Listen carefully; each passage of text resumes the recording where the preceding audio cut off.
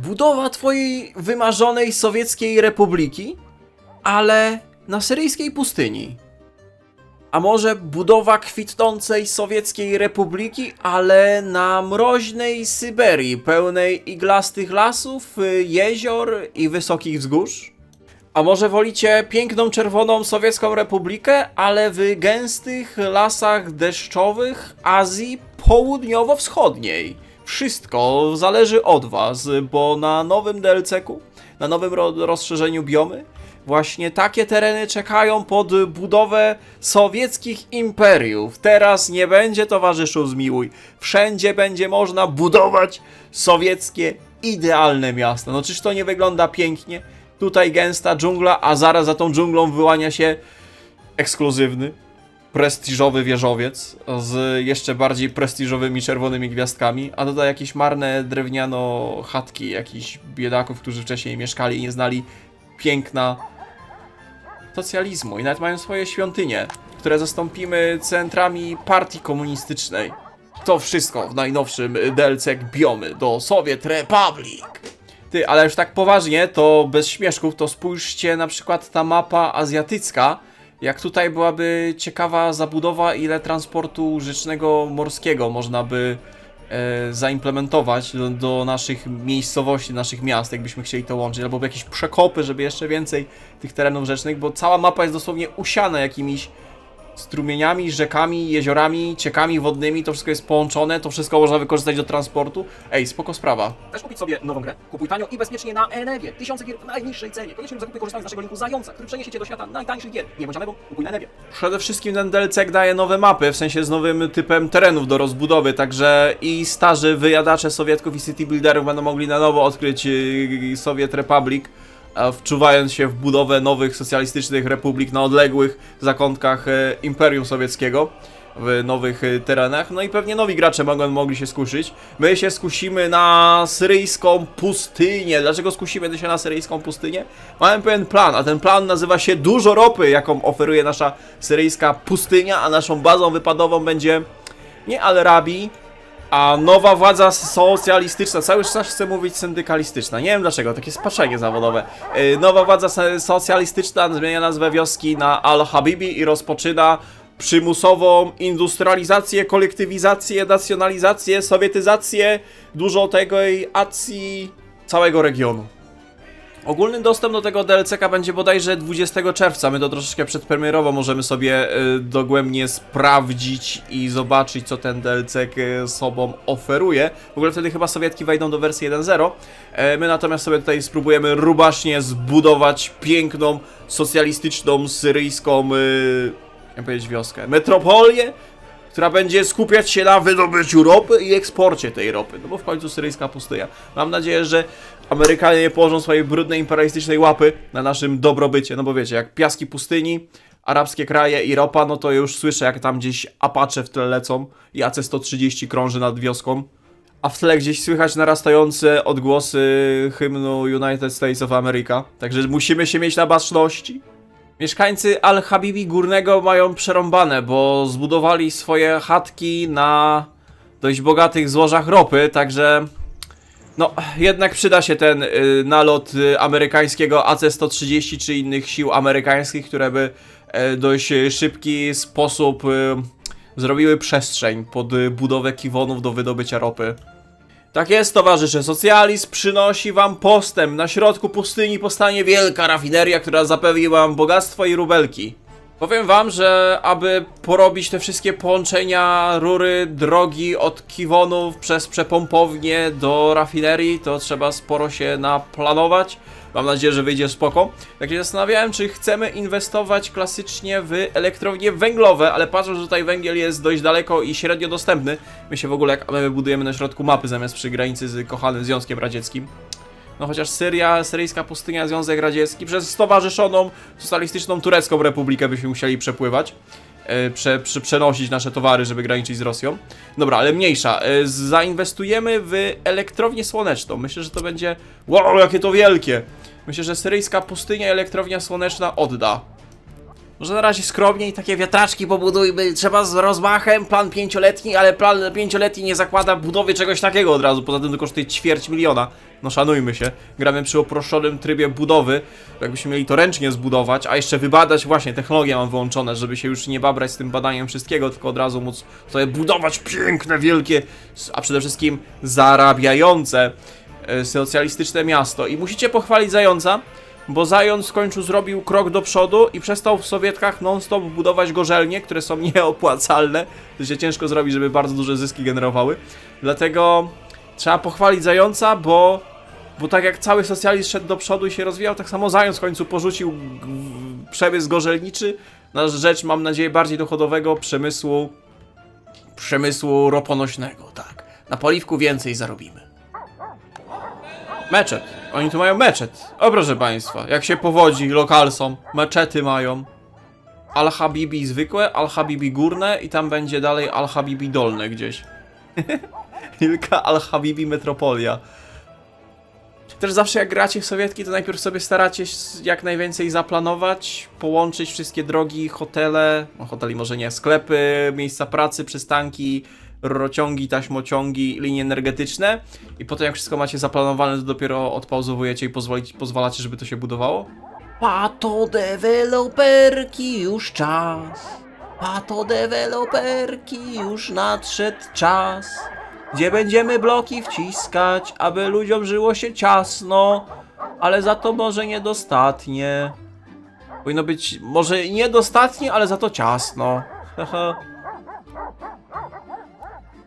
Nie no, poza czym jest z tymi psami? Tu non-stop coś szczyka, jakieś kury, jakieś psy.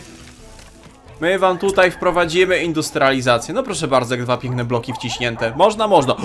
A tutaj w środku się machnie pomnik jedynego niepowtarzalnego towarzysza Lenina. O tak. Idealnie. Ty, kiosk dodali. Jacie, kioski można budować. Rozumiecie, takie kioski. Ja pamiętam, kiedyś takie małe kioseczki były. Teraz już takich kiosków nie ma, nie? Ale kiedyś to wszędzie były kioski, takie ówczesne żabki to były.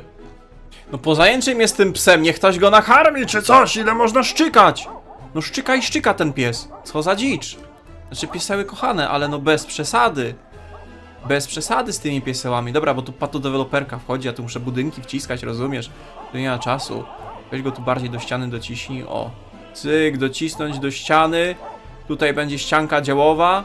Jeżeli sklep spożywczy będzie miał wspólną ścianę z przedszkolem, no to zaoszczędzimy na materiałach, tak? Towarzysze, trzeba myśleć.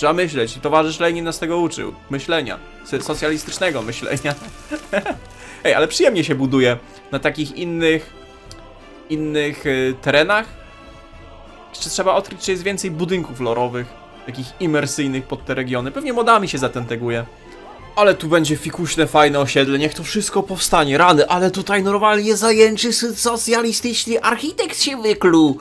Ale niech to już powstanie, to będzie piękne. A zapowiem, jak ile w Sowietkach trzeba tego mikrozarządzania, żeby to miasto jak najprostszy mogło sposób funkcjonować, zwłaszcza jak ma się te wszystkie jakieś śmieci, wodociągi. Właśnie wodę, my musimy wodę skądś transportować.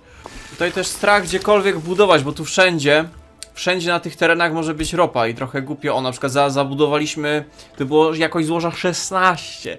Tu 16%. To wiecie, ile tu rubelków można by z tej ropy wydobyć? Teraz żal budować gdziekolwiek.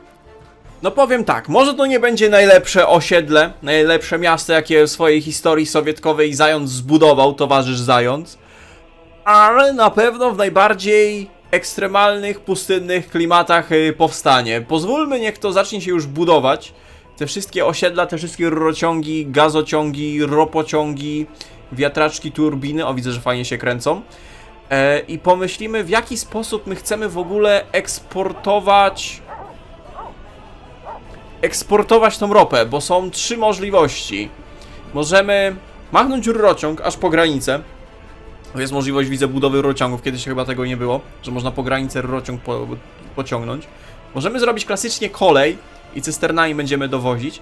Albo możemy machnąć duży, że tak powiem, projekt, przebudować tą rzekę, która płynie koło naszego Al-Habibi. Al-Habibi górne, Al-Habibi zwykłe, Al-Habiby. możemy z tej rzeki tankowcami płynąć, tylko tu musielibyśmy spory kawał terenu, że tak powiem, zawodnić, aby zrobić port. O proszę bardzo, te kiwony pracują. Powiem wam, że te turbiny, znaczy te elektrownie wiatrowe, to ta turbina wiatrowa, to powiem wam, że całkiem spoko sprawa, bo ją nie musisz żadnymi kablami się babrać, ją po prostu stawiasz i ona sobie kręci prąd i nawet w całkiem... Problem z zasilaniem zaczyna się. Gdzie masz problem z zasilaniem? Ach, uwielbiam sowietki. No jak problem z zasilaniem, jak wy obok turbiny jesteście, chyba że ta turbina nie daje rady. Spoko, możemy postawić więcej turbin. Wiesz co, od razu machnij może tą większą turbinę? O tutaj, cyk, podzielicie się tym prądem. A potem jak będzie, rozbudujemy nasze Al-Habibi, to zrobimy tą elektrownię słoneczną, bo jestem ciekaw jak to działa. W City Skylines jest coś takiego, że są te mapki odnośnie mocy wiatru, nie wiem jak to fachowo się nazywa, ale tam gdzie opłaca się budować, nie? A w Sowietkach chyba nie ma i budujesz wszędzie gdzie chcesz, czy jest jakiś teren, gdzie na przykład, nie wiem, w mieście zabudowania ta turbina będzie gorzej działała niż na przykład na takich wzgórzach. Bo nie widzę żadnego map moda, ani nie widzę wydajności podczas budowy. A jak najedziemy na ciebie, jak wydajność produkcji 40, masz wydajność produkcji 20. Może faktycznie jest, tylko nie wiem jak to jeszcze sprawdzić. Ukraińskie autobusy to jest to, czego nam potrzeba, żeby dowozić pracowników do pracy w naszej nowej rafinerii. Ładujecie się tu i wysiadacie tu, towarzysze. Zbyt duże bezrobocie. Zaraz niech powstanie rafineria, to będzie brakowało rąk do pracy, bo na razie mamy tylko 2 wielkie blociszcza. Zaraz was oprowadzę po tym osiedlu, bo to jest szczyt sowieckiej architektury. Tylko wyznaczymy transport mieszkańców do roboty. Jak budynek jest bez zasilania? Macie tu tego. Ty się kręcisz? Wydajność 3. Okej, dobra. Czy jednak ma to znaczenie, gdzie budujemy te elektrownie wiatrowe? Dobrze wiedzieć. Dobrze wiedzieć. To powiedzmy, że machniemy na przykład tutaj nad wodą, gdzie raczej żadnych budynków nie będziemy stawiać. Fajnie też byłoby pokazane, w którą stronę tą turbinę wiatrową machnąć. Z której strony wiatry wieją. Woda płynie tędy, to zrobimy tak. O.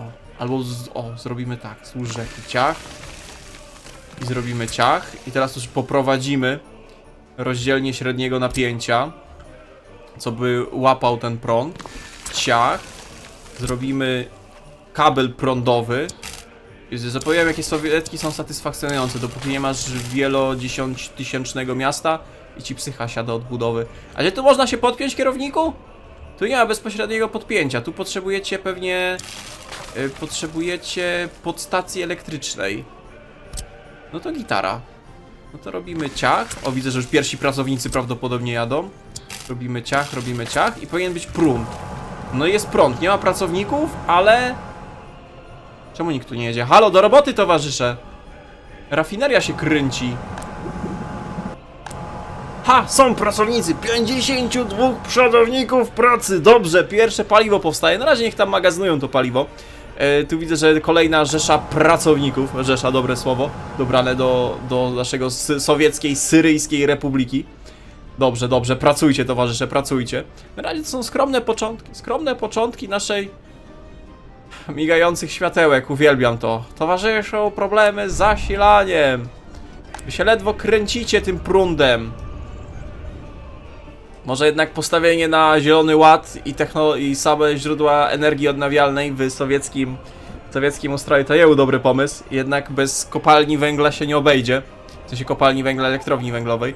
Ale z racji tego, że na razie nie ma prądu, a jest ładny wschód słońca, to możecie zobaczyć piękne osiedle. Tu mamy klasyczną syryjską zabudowę. Meczety, chatki, palmy, rozumiesz, ścieżynki. A tutaj powstaje sowiecka klasa wyższa, tak zwana przodowników pracy, robotników, 12 godzin dziennie roboty. Także tu mamy 2 piękne bloki. Piękne podwóreczko zamknięte. Śmietniczki, no bo muszą być śmietniczki. Na początku był jeden Lenin, pomnik jednego Lenina, ale potem pomyślałem, co jeden Lenin to nie 2 Leniny. A następnie zdałem sobie sprawę, że co 4 Leniny to nie 2 Leniny, bo Leninów nigdy za mało, hehe, bo mało to mało, a Lenin to nie mało, dlatego Leninów nie mało, hehe. Kolejny przemycony żarcik o mało, udane. Great, sukces. Sklepik, który prawie nic nie sprzedaje, ale spoko. Sklepik spożywczy, który też jakieś kajzerki sprzedaje. Karuzela. która się nie kręci, ale mogą sobie posiedzieć w tych wagonikach. Nie ma prądu, dlatego się nie kręci, ale mogą kupić bilet i posiedzieć w tych wagonikach, tak? No i więcej z sowieckich. Al-Habibi, pomnik wiecznego ognia. O tak, i jeszcze jeden symbol siły radzieckiego ludu. No i to jest takie nasze małe osiedle wciśnięte w obecną zabudowę. Nie ruszaliśmy. Konserwator zabytków powiedział, nic nie burzymy, żadnych chatek lepianek z tego gówna i błota, trzeba się wpasować, no to się zając wpasował i wpasowujemy sowiecki ład do nowych warunków, czyli do syryjskiej pustyni. I na tym polega ten DLC. Albo ja coś źle robię, albo na tej pustyni jest problem z wodą. Być może mapa jest bardziej wymagająca, jeżeli chodzi o dostarczanie wody i być może coś źle robię, bo już trochę nie pamiętam, jak to się optymalnie robiło. No nic, damy więcej ujęć wody. Ej, no dumny jestem z tego osiedla, naprawdę jestem dumny z tego osiedla. Jeszcze jakbyśmy się pozbyli tych kur, kotów, psów, co tu szczekają i daczo, to mielibyśmy idealne sowieckie miasto, sowieckie osiedle na syryjskiej pustyni. O, jakie kolejki na przystankach, no wszystko się zgadza. Nie no, towarzysze, co to za droga piaszczysta, polna. My mamy sowiecki postęp, zaraz wam tutaj zrobimy drogę utwardzaną, pa! Ale teraz autobusy tu będą popierdzielać, szybciej robotników do pracy będą dowozić. Nie no, ten zielony ład, ta zielona energia to jakiś skam. Dawaj kopalnię węglową, elektrownię węglową robimy, a nie, gdzie tu się węgiel blisko wydobywa? Aha, nie ma blisko węgla. No to cholipka. To może tą elektrownię słoneczną, no niby słońce świeci, ale tyle chmur nawalone. To ćwierć miliona kosztujemy, już wydali 1,5 miliona, a jeszcze nie mamy systemu eksportu. Nie mamy przygotowanego systemu eksportu tej ropy, więc trzeba będzie duże setki tysięcy utopić prawdopodobnie w rurociąg w tamtą stronę. Będzie chyba najoptymalniej. Coś mi się wydaje, że centralne planowanie znowu zawiodło. Piękne my osiedle zbudowali, piękne były plany, ale średnio rozplanowane, że tak powiem, bo jeszcze trzeba... Mogliśmy bliżej granicy zbudować.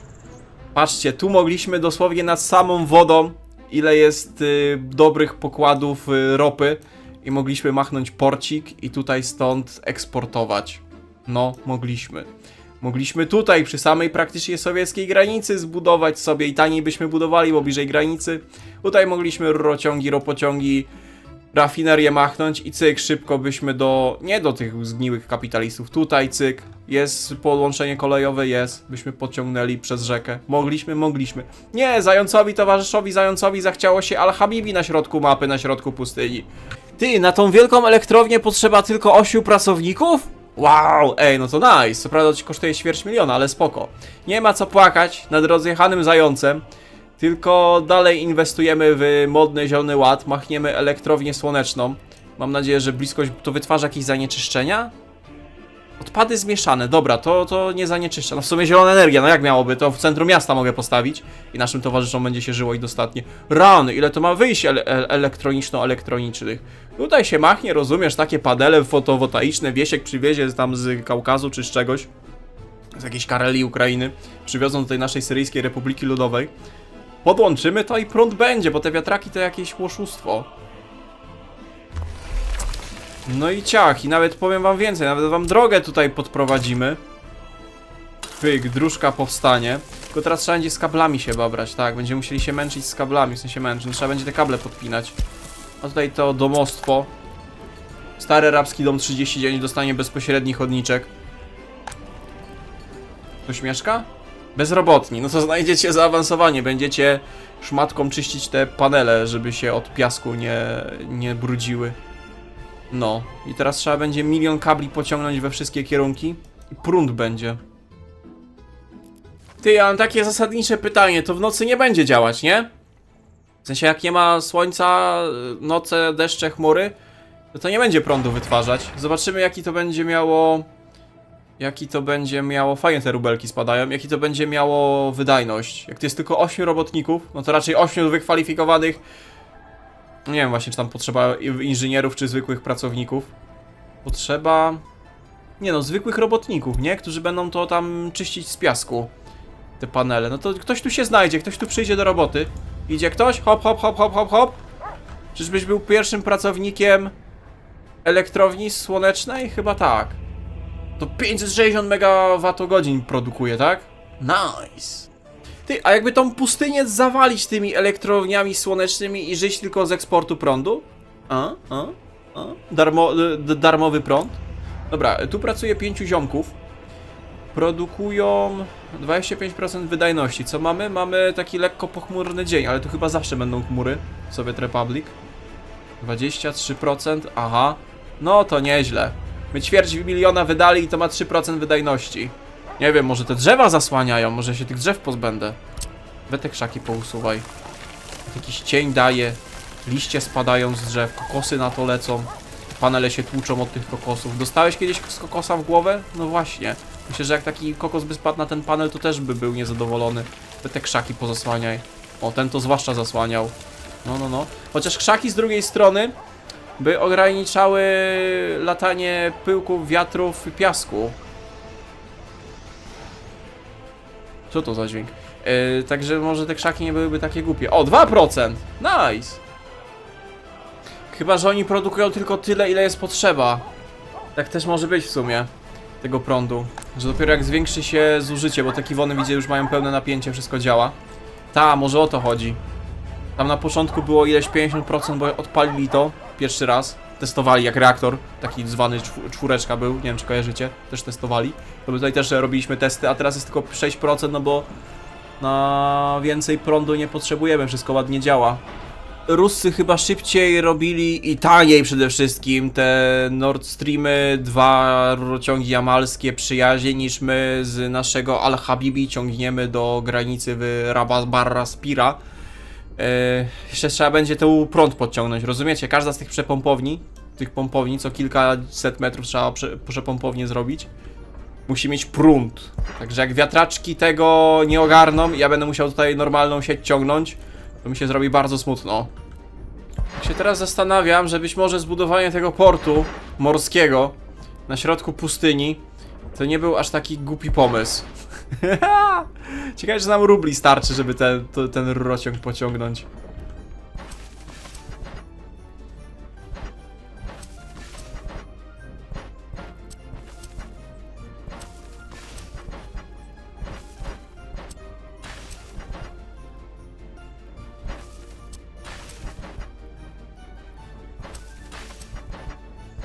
Ha, mamy to! Granica! Doczołgaliśmy się do granicy! Nareszcie!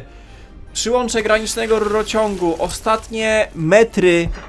Powiedz, że styknie. Stykło. Jej! Nawet nie chcę patrzeć, jak te rubelki zaczną spadać. A my jeszcze musimy prąd tu podpiąć. No tak. Wow, tutaj miasto dostanie. Nie no, towarzysze. Ten prąd jest tylko dla przepompowni. Nie kradnijcie prądu, bo nie starczy. Tylko te pompy od ropy mogą mieć prąd. Zbudujemy na tyle daleko od wioski, żeby nie mogli się podpiąć, ale będą codziennie rano widzieć, że mogliby mieć prąd. Gdzieś tam w górach mnie to wrzuciło. O, no i dolo. Kurde, prąd sowiecki chcą kraść. Towarzyszu, to należy do komuny, w sensie do państwa, a nie do was. Dobra, powiedzmy, odpauzujmy i zobaczmy, jak wróbelki spadają w setkach tysięcy i rurociąg syryjskiej przyjaźni, rurociąg Bashara al-Assada powstaje. O, nawet nie jest tak źle. My wydali tylko jakieś... Trzeba z 1,5 miliona wydamy na ten rurociąg, a jak on nie będzie działał... Brak materiałów do transportu, bo tu się chyba jeszcze silos buduje, nieprawdaż? Nie masa bitumiczna! Nie! Masy bitumicznej rurociągiem nie pociągniesz! Paliwo miało być! Weź mi tą masę bitumiczną, Co ja mam z tym zrobić teraz? Odrzuć. Odrzuć masę bitumiczną, paliwko tylko. O, leci paliwko. I paliwko leci... Leci paliwko? No wchodzi tu i wychodzi od razu, brakuje paliwa. Gdzie brakuje paliwa? No jak brakuje paliwa, jak paliwo się właśnie przesyła? Przesyła się, czy się nie przesyła? Przez silos. Czy mogę zobaczyć, czy my to sprzedajemy? Chyba sprzedajemy. Bym musiał do eksport zobaczyć. Paliwo, cena za tonę, $150. Eksport, sprzedaż. Sprzedajemy? Eksport, cena za tonę. Sprzedajesz, czy nie sprzedajesz? Płynie ta ropa? To paliwo, czy nie płynie? Brak materiału do transportu. No jak materiału do transportu? Weź mnie nie denerwuj. O, transportuje się. O, już się nie transportuje. Czemu się to nie transportuje? Ale przez chwilę sprzedawaliśmy. Przez chwilę leciał eksport! Przez chwilę eksportowaliśmy. Zrobiłem bezpośrednie przyłącze. Problem z zasilaniem. Jak problem z zasilaniem? No ładnie leci. 1,5 tony ropy. 4 tony ropy my eksportujemy, tak? Czy to się sprzedaje od razu? My zarabiamy! Syryjska Sowiecka Republika Ludowa zarabia, pato! Eksport ropy! No to teraz zostawiam peceta odpalonego na 10 godzin i się zwróci rurociąg. Pa, my zarabiamy! Zarabiamy w Sowietkach, to jest niesamowite! Pa, 55 tysięcy już zarobili. Ja cię. No, nice, nice. Dobra, myślę, że tym pozytywnym akcentem możemy zakończyć ten odcinek. Jak chcecie więcej Sowietków, koniecznie dajcie znać w komentarzach. To albo na streamach, albo na odcinkach sobie dalej popocimy nasze Al-Habibi sowieckie. Przypominam, że ten DLC wychodzi bodajże 20, ale mogę się mylić, już nie pamiętam, jak mi tam chłop w mailu napisał. Powiem wam, że takie niby proste odświeżenie Sowietków, jak dodanie tych nowych map, nowych terenów. Oczywiście tu też jest inny klimat, inne budynki. Jak widzicie, temperatura poniżej 20 nie spadła. Tu jest prędkość wiatru! Patrzcie, znalazłem wskaźnik prędkości wiatru, 4 metry na sekundę, to chyba mało. Ale na słonecznienie 98, no to będziemy walić elektrownie słoneczne. No, będziemy walić elektrownie słoneczne. Że zmiana tych map i dodanie tych nowych map, tych nowych biomów, jak DLC się nazywa, biomy. Zobaczcie, jak wpłynęło na to, jak odświeżyło podejście do Sowietków. Także albo sobie odcinki pociśniemy dalej, jak wam się spodobają, albo na streamie pogramy więcej. A cóż, na dzisiaj wam podziękuję za uwagę, dziękuję wszystkim, którzy oglądali do końca. Przypominam o tajnych grach na Enebach, łapki w górę, soczyste komentarze. Do następnego. Cześć, cześć.